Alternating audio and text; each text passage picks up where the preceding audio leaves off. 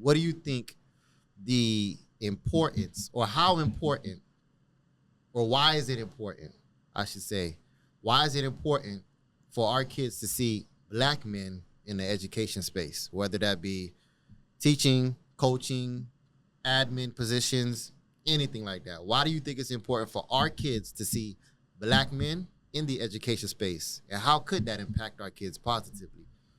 Well, I think historically you have to think about what it is for men in professions, right? Yeah. So historically, men were taught to go out and you had to go out and get the bread to work. Well, I know that. You had to do something with your hands, right? Absolutely. You had to do work with like physical labor with your hands while the women stay at home. They're the ones who guide your philosophy until you get to a certain age, and then you start to go to your father. And so this is why it's important to me, because I think there are two primary ways in how you teach a person. You teach a person either whether it be identity or whatever it is, you teach a person through two things. Number one, you teach a person through what we call precepts. Precepts is the learning of rules or regulations. This is what you do, this is what you do, this is what you don't do, this is how you behave, this is how you not behave. But the second thing, how a person learns, is through modeling, through example setting. And that is I'm mirroring and I'm setting an example, so this is how you follow. And so if you don't see anyone that looks like you, a woman can teach you this in precepts. You understand what I'm saying? But if I actually see it, I'm like, oh, I can actually model his behavior. I see what he's doing. I see. And so it's important for it to have that equal representation, because the reality of it is, historically, men, even if you talk about white men, they only taught at the collegiate level. Mm-hmm. They were the deans of the school. They were the presidents. They were the VPs. So historically, you didn't see that in your the primary schools. So like you can think about, I only had 3 male teachers from kindergarten all the way up to 12th grade. Wow. And they were either in admin or PE, physical education. That's crazy. And so that doesn't make you want to become a teacher. That doesn't make, because if all I'm seeing is women, then why would I do something that is equating to demeaning my masculinity? Does that make sense? And so the reality of it is, I think you have to see something in order to be able to set an example for it. Yeah, I definitely agree. I want to take history on another side too. I think you said something I think is super key, right? What you're exposed to or what you see. When I look at the appreciation of the black male educator, automatically in my mind, I start to think about the greats. Like I'm thinking about Carter G. I'm thinking about Du Bois. I'm thinking about Dr. Benjamin Mays. Like I'm thinking about all of these educators, Booker T. Washington. I'm thinking about all of these people who devoted their life to educating people, and or individuals who devoted their life to educating students. Something I think they all had in common was not only the fact that they were black, but these guys were super brilliant. The issue that obviously we see today, and not outside of what it is you can be taught through modeling, we don't see a lot of those examples present in the curriculum. We don't see a lot of those examples tread into what the students are learning throughout the day. Because I do believe on the back end, I did not have a lot of black male educators, but what I did see was firm examples of what it looked like to be black and brilliant, what it looked like for being smart to be cool. Because what we also see in our schools is that at some point, somewhere along the lines, it became uncool to show how smart you were. But for me, when I saw guys like Dr. Benjamin Banneker, when I saw guys like James Baldwin, when I saw that in front of me, it made me feel like my aptitude could be so far from what it was I was currently at. I had a very unique opportunity to spend some time in Paris studying literature. And it was my time in Paris, like studying and reading, doing something I never imagined I would do, that kind of brought my mind to a place of, I think I should do this. It wasn't, I think I can do this. It was, I think I should do this, because I almost felt like I owed the classroom something. I almost felt like I owed the people I was reading about something to give back. And so I definitely agree that it is for sure based on what you see, but I think there are ways to kind of integrate brilliance, because if a kid sees it, something is going to inspire that person to move a little deeper into education. I never felt like I was underappreciated in the education space. I always felt like I was better than everybody around me. And I felt that way because I worked damn hard to get into the shoes I was in. So regardless of how many credentials somebody had, I just always felt like, I don't care if you appreciate me or not. Like, I know I'm better than everybody in here. Not saying y'all, but that was my mindset. Like, that's I'm the competitive better. nature, though. Like, that's what make black male educators so important, as far as that right there. Yeah, I'm a dog. Like, that's just what it is. Jack, what I want to ask you is, we grew up in a similar neighborhood or whatnot, and I know going to school, your peers, a lot of them probably was bullshitting, dog. Yeah, for sure. What was it that inspired you to not follow that path, but to also, invest into your own knowledge, into your brilliance? How were you able to separate yourself from, the people around you who didn't really take education serious? Because that's a bad struggle in our community. And I'm trying to figure out how to get my kids to separate themselves, or just get all of them to just kind of like, hey, investing in being smart is cool. It's important. Like, we should do this. Yeah. I think we all come to a place of consciousness where we realize, if I want better, like, there is something more that I absolutely have to do. The first thing I think happened to me, I got a very great mom, and I was supposed to go from Broadmoor Elementary to Madison. And at the time, if you guys know anything about Madison, they was calling Madison Alcatraz. Like, and so my mom felt if I went to Madison, then everything I could be would be diminished, by the environment that I was put in.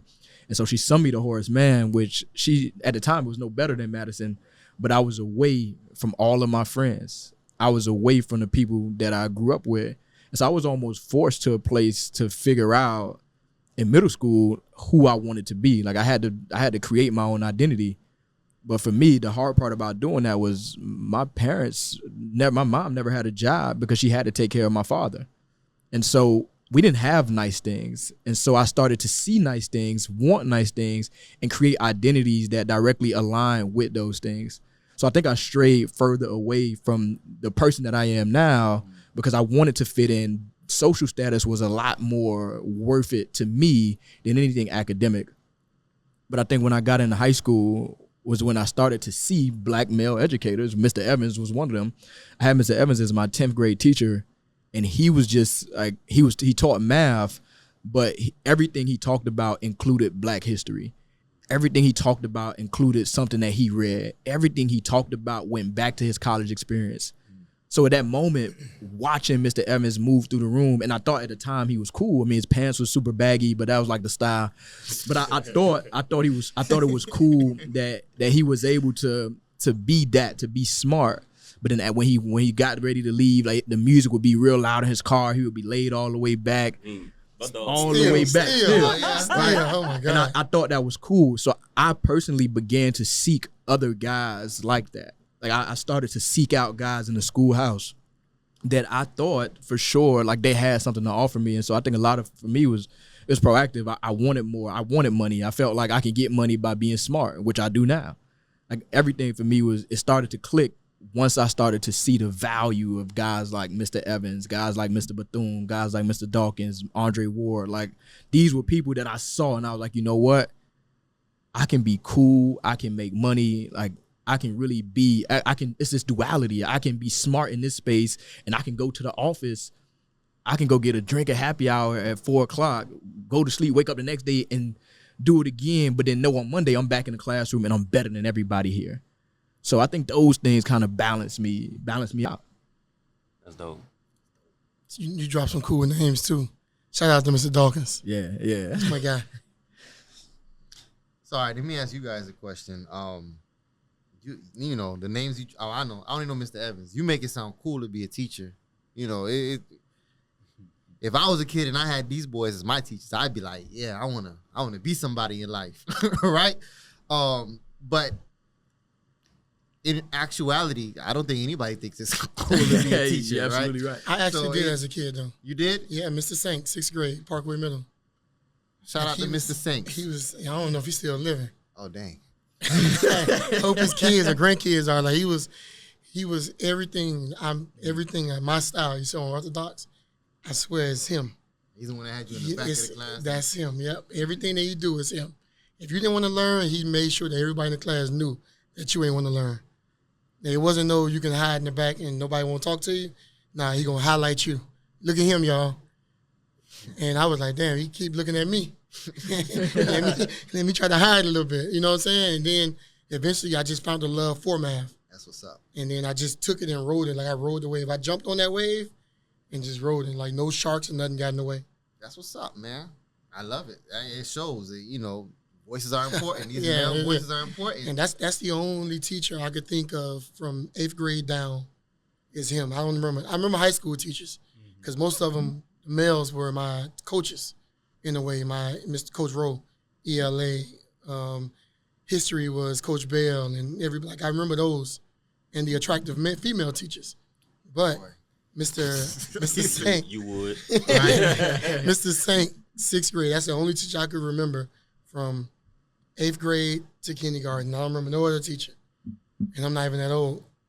I think.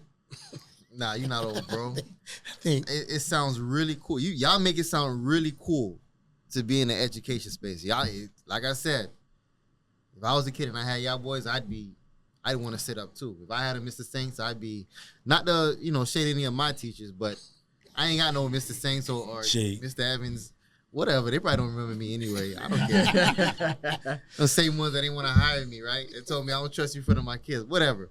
The point I'm trying to say is, if it's so cool to be in the education field, y'all boys make it look cool. You know, you gave a great illustration of Mr. Evans in the classroom. You know, I've seen you in the classroom. I've seen you guys in the classroom. Y'all make it look cool. Why nobody else want to do it? Why no other males come to the education field? How are they treating the ones that are in the education field? And where are the ones that are out there? Why they not in here? What is going on with the space of education, that what we call education? Like, where is everybody? Where they at? Why they want to teach? You have to make it to a certain point in life with a clean record for one to be in education. A lot of males chase fast dollars. Black males chase fast dollars, and then once they realize that all the shit they did in the past wasn't worth it, and they're trying to get now they got their life on track, is limited to what they can do. You can't work around kids with that record, right? And then if you get in early, you tend to leave because the lack of respect that you have to earn from the kids. If you're 22, 23 years old, fresh out of college, and you're going into education, and you're teaching kids from 12 years old to 18 years old, like the respect is not going to be there. So you have to demand the respect. So you have to come in as an asshole from the beginning, and then you have to loosen up the chain. Like, all right, now you get a chance to get to know me. And I think as a student at one point, I felt like teachers were aliens. They taught in the daytime, and they went out of space. What? Just think about it. I've never seen a teacher of mine outside of school. So where do they live? Where are they? You see what I'm saying? So, and like what the hell they do? Like, what do you live? If you're a teacher, like, where y'all live on? Like, just imagine if a kid ever saw you outside of school, and they super excited, like, oh shit, there go Mr. Sumler. Like, I got caught in Wendy's one time, and they, hey, Mr. Sumler, I saw you in Wendy's yesterday, and the whole class just started laughing. I said, motherfucker, Wendy's is a restaurant. What the fuck? Like, I can't go to Wendy's? So it's like the fact that we're present 24/7 for the kids. I think that would attract more kids to get in education. Outside of we're present, like our presence is felt 24/7 for the kids. Presence. Yeah, it's felt.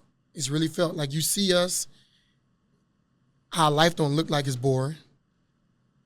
I live a boring life, bro. Nah, our life don't look like it's boring. If they looking from the outside looking in, we're not, whatever the stereotype is, as a male in education, I'm assuming we're knocking it down. Mr. Evans probably was the first one as far as looking cool, blasting the music and pulling off.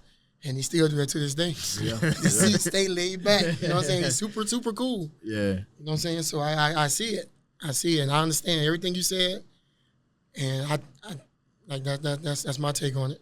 I think the reality of it is, we just keep it a buck. It can be cool all day to be a teacher. It's that money. Ooh, you preaching to me. It's the money. And so at the end of the day is, for one, like for an example, if a person gets into a career and they're considered corny, but they're getting paid, they don't care At all. So you can't be considered in a field where it's corny to be a black male teacher and not getting paid. And so economics really play a whole key factor in, I think, all of it, because at the end of the day, especially as a man, if you're married, if you grew up how I was grew up, you pay the bills, you take care of the home, point blank, period. And so 9 times out of 10, if you're just starting out and you got a family, it's going to be extremely hard for you to take care of your wife and kids just on a starting teacher salary.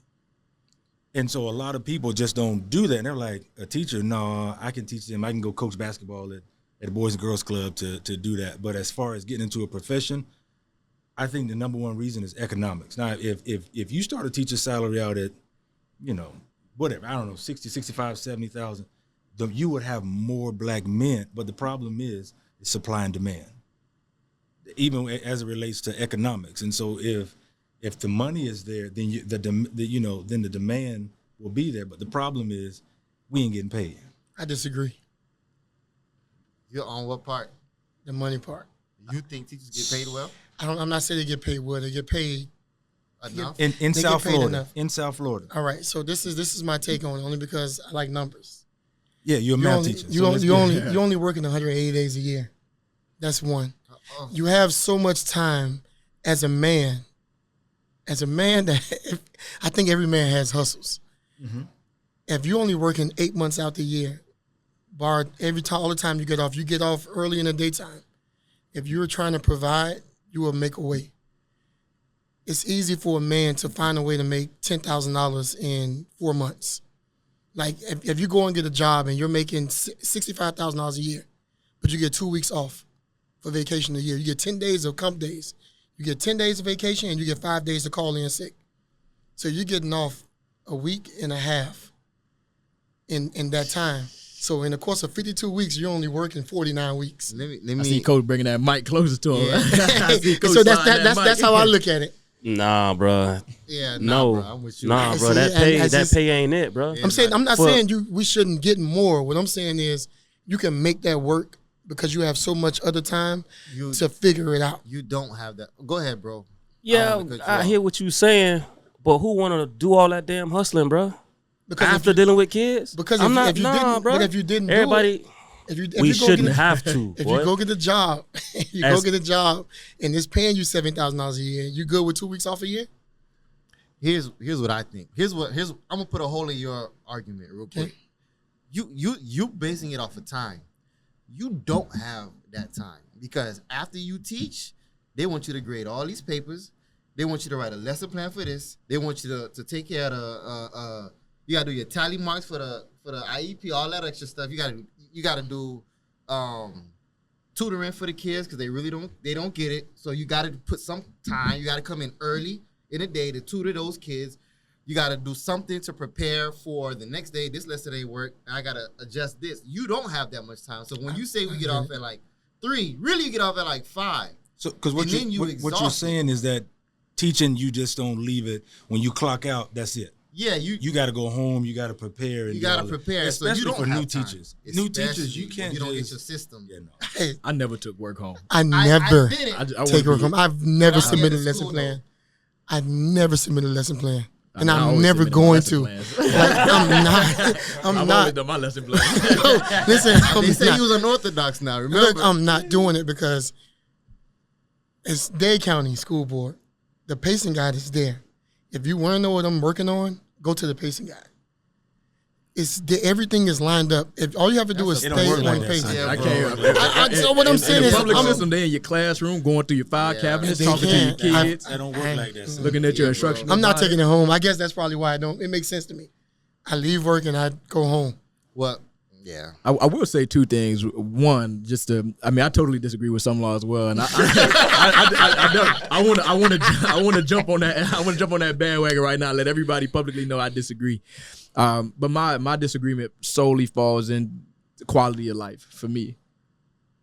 If I want to be an educator, if I'm going to be an educator, for me, I want that to be my sole passion.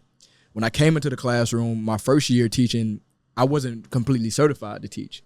And so I had to sub 8 days out of 10, but I was still going 2 extra days because I knew at some point I would be certified. Because I was put in that position to be a substitute teacher because my credentialing wasn't straight, I knew that I needed to find some side hustles. I ended up working juvenile corrections, doing life skills, and I also became certified and became a personal trainer. So I would leave school at 2:20. I would go home and take a 30-minute nap, go down and handle my juvenile facilitation and life skills. I would leave there, go to the gym, and I would train clients.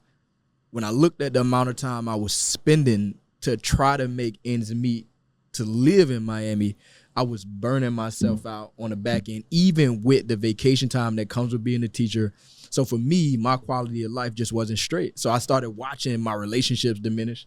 I started watching how I treated people fall to the wayside because I was just I didn't have the mental capacity to do anything because I really became, in full honesty, a slave to the dollar. I was not comfortable. Even after I got certified, my first year teaching, I think I only made like $42,000. And at that time, in my mind, first time I ever made $42,000, I didn't have the full concept of what money was. So 42 seemed like it was a good deal, but then when I factored in all the money I was making on the outside, I was like, there's no way I could sustain living off only $42,000. I would have to hustle. Quality of life wise, that put me in a space where I realized, you know what?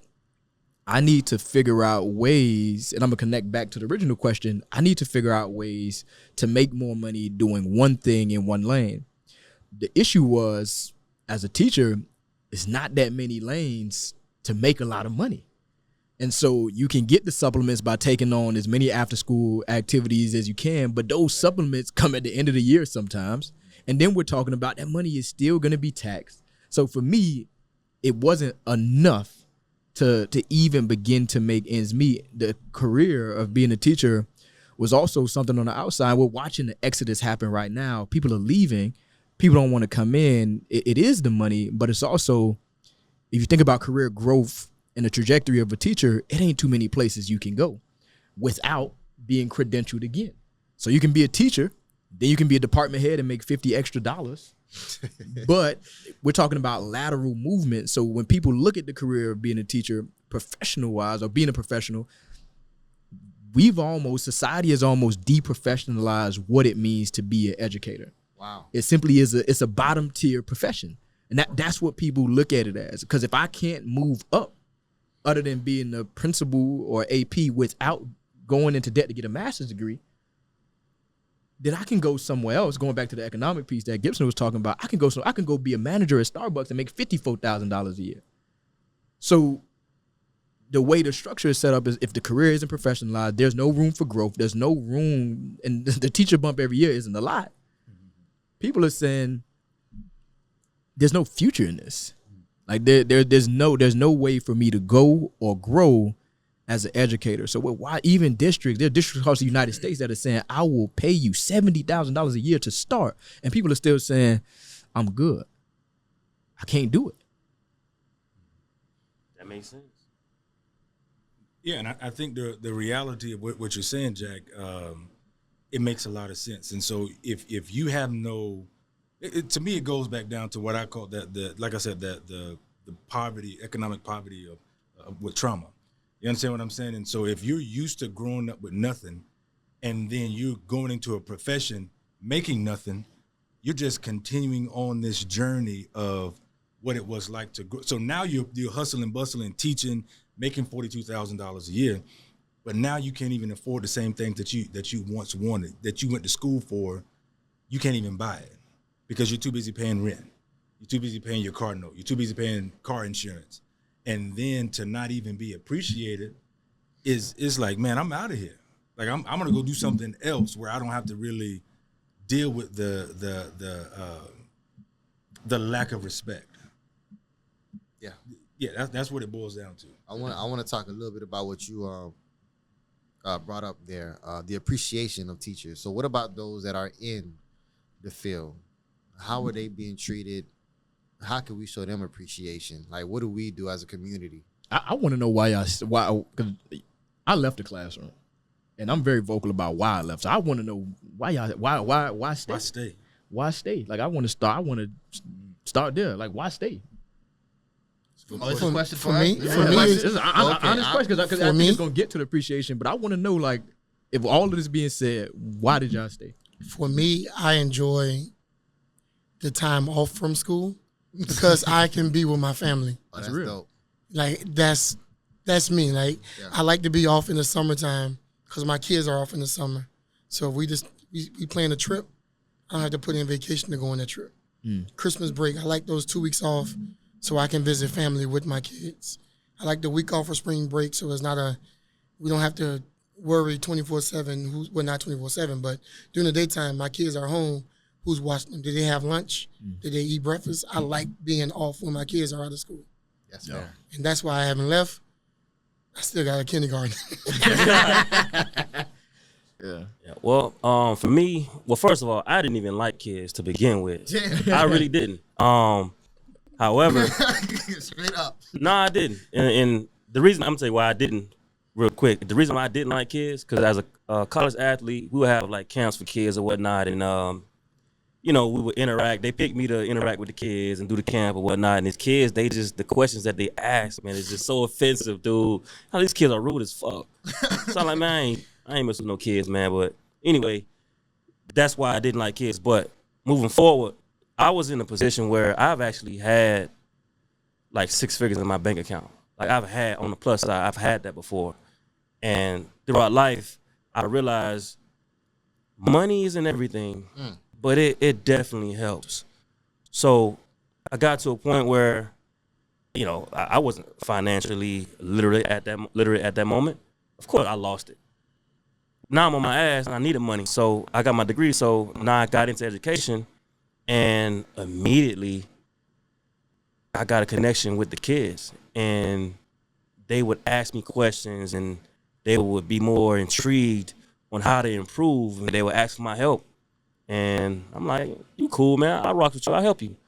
So I'm helping them. I'm watching them progress, and it's amazing. It's an honor to watch that, dog. Yeah. That is a very rewarding feeling.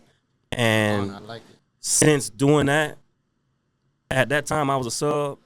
10 years later, I just recently got outside the classroom. That's a whole nother story. We gotta get into it. We can get into it. But throughout my tenure working as a teacher in the classroom, man, I feel like I am rich. And I'm not rich with money, but I am rich with something that I really value. And that is love. That is something you cannot buy. You can't fake that. And the gratitude and appreciation that I feel just from the kids alone, it do something to me, dog. It do something to me, so much so to the point where I am right now, I feel like I am a advocate for kids. Yeah. And if that even involves me losing money, I don't even care, dog. I don't give a shit. I care about my community growing. I care about my kids succeeding, growing intelligence, and spreading that, and hopefully breaking the cycle of ignorance and poverty. We can't do that all in one day, but I can help a few individuals if they are willing to learn and they want to learn. And that's what drives me. And where I am right now, I'm going to fight for my people, bro. Yeah. I'm with it. Yeah.